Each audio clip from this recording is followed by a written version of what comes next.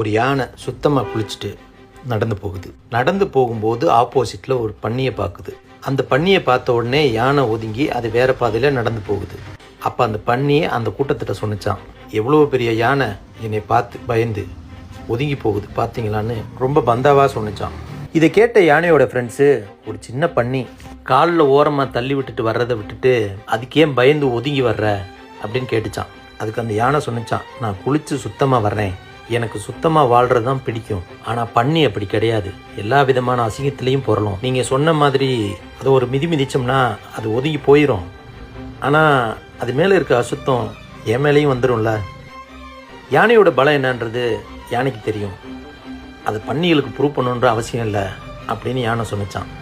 நம்மளையும் பல பேர் இப்படி தான் ஒதுங்கி போகிறோன்றதுனால அவங்களால செய்ய முடியாமன்னு இல்லை, அது வேண்டான்றதுக்காக அவங்க செய்ய மாட்டுறாங்க.